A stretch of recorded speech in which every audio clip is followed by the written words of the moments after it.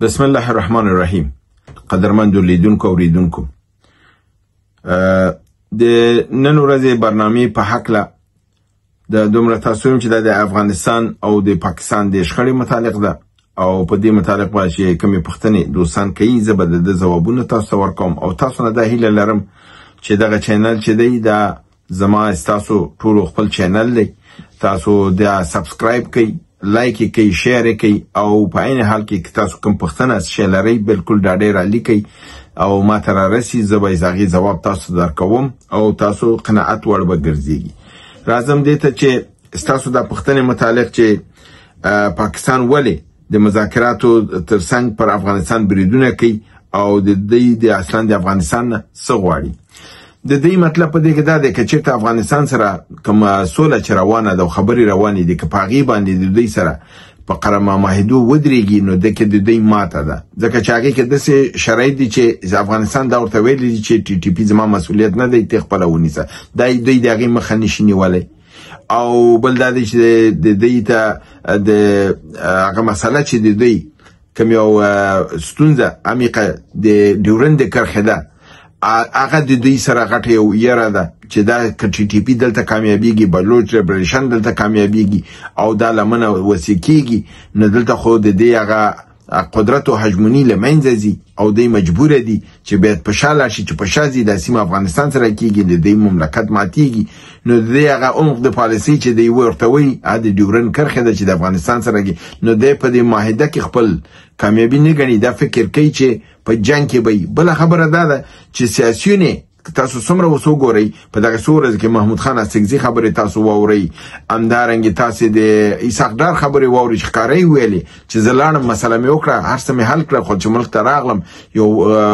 غیر مرئي لاس هر څه خراب کړل. دغه نن تاسو د آصف دراني پخوانی چې د افغانستان لپاره دی خاص استازی د هغې خبرې واورئ، هغې ښکاره وویلې چې دا ستونزه چې ده دا د پاکستان ستونزه ده، دا د ټي ټي پي ستونزه او اسلام آباد ستونزه خپله باید خپله حل کړي او دا ستونزه د افغانستان سره تعلق نه لري، لپاره دی چې د ریشه په قبایلو سیمو کې ده او قبایلو سیمو سره ظلم شوی دی، د هغې حق خوړل شوی دی، په هغې ظلم شوی دی، قتل، تر څو چې د هغې رضایت ترلاسه نه شي ټي ټي پي به فعالی. نو دلته د دې علت دی چې دوی که چېرته صلح کېږي دوی پکې بایلي، نو دوی په جنګ کې ګټه دا ده چې اردو د پاکستان د جنګ لپاره د یو د افغانستان د تضعیفولو هدف دی، بل دا د امریکې نه پیسې پې اخلي په دغه جنګ لپاره چې دلته د ترهګرۍ په بانه باندې. نو د دې دغه کې دا دغه دی چې د افغانستان کې چېرته پر امنه کېږي او د دې نه ځان وباسي او د امر نه مني په خپو ودرېږي دا ځان ته خطر ګڼي، نو دوی وایي چې بهانه جوړه شي حمله وکړي تر څو افغانستان ووهي، تضعیفه یې کړي یا کورنی جنګ پکې جوړ کړي چې افغانستان په خپو ونه درېږي او دوی دا اشغال شوې ځمکې بلوچستان او خیبر پښتونخوا او همدارنګې کشمیر ده دا به دوی یو جعلي غوندې مملکت او دوی به پکې خوشحاله وي.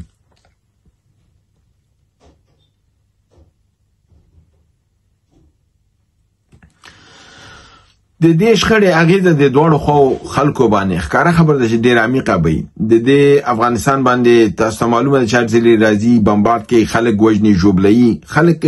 اقتصادي توانایي دومره نه لري، کله چې د دوی زخمیان شي ټپیان شي د دوی د علاج لپاره مملکت حکومت څه کومک نشي کولی، دا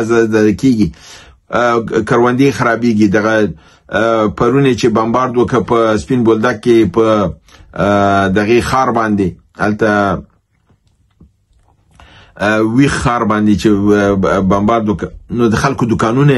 خراب کړل، اقتصادي ضربه خلکو ته ورسوله او ډېر زیات زیان یې ورته ورسو او دا شی چې دی دا کې یو هغه هم خلک چې دي هغې هم جنګ نه غواړي، هغې خلک هم امن غواړي، مګر په امن ترڅنګ خپل حق هم غواړي، نه غواړي چې د چا غلام اوسي. خاوره د قبایلو ده، د پښتنو ده، پنجابی پکې راغلی دی، معدنونه یې ترېنه نیولي دي، پښتون وژني او مال یې ترېنه اخلي ترېنه وړي. نو د دې د اجازه خو هېڅوک نشي ورکولی، دا هېڅوک نشي منلی چې کور د ستای او واک د بل چای. دا عین شی دی په بلوچستان کې هم دا قصه ده، په خیبر پښتونخوا کې هم دا قصه ده. نو د دې بابت نه د دې شخړې اغیزې منفي هم افغانستان لپاره دي هم هغه اړه ته دي، خو پاکستان ته زیان په ده باندې ډېر زیات دی چې دغه فعلي پاکستان چې دی دا نه پاتې کیږي. کله چې دغه جنګ وګود شي او د اقتصادي ملا نوره ماته شي، کورنۍ دغه شي، عسکري وژل کیږي، پولیس وژل کیږي، خود به خود دا یو تجزیه خواته ځي او یو نوی مملکت، یو نوی نظام به بیا منځته راځي او پاکستان به بیا نه پاتې کیږي. نو د ده لپاره هغه اغیزه ډیره زیاته ده، عمیقه ده، ځکه د همدغه علت دی چې پاکستان یریږي او پاکستان دواړه خپې په یو موزه کې کړي دي چې افغانستان ته وایي چې نه تنها ته به ټي ټي پي دا به افغانستان ته وړي، په پاکستان کې به ماته امن ساتي. دا په دنیا کې واحد مملکت دی چې دا غوښتنه کوي. یعنی هر چا ته دا وایي دا د خندا وړ خبره ده چې خپل مملکت اتومي قدرت اردو سره خپل نظام نشي ساتلی او تا نه غواړي چې ته ما ته راشه، زما د مملکت زما کنټرول ته وساته او ته ټي ټي پي مهار که. که ټي ټي پي ورته مهار هم کړي دی به بیا هم دا بهانه کوي. بنان دا یو مشکل دی.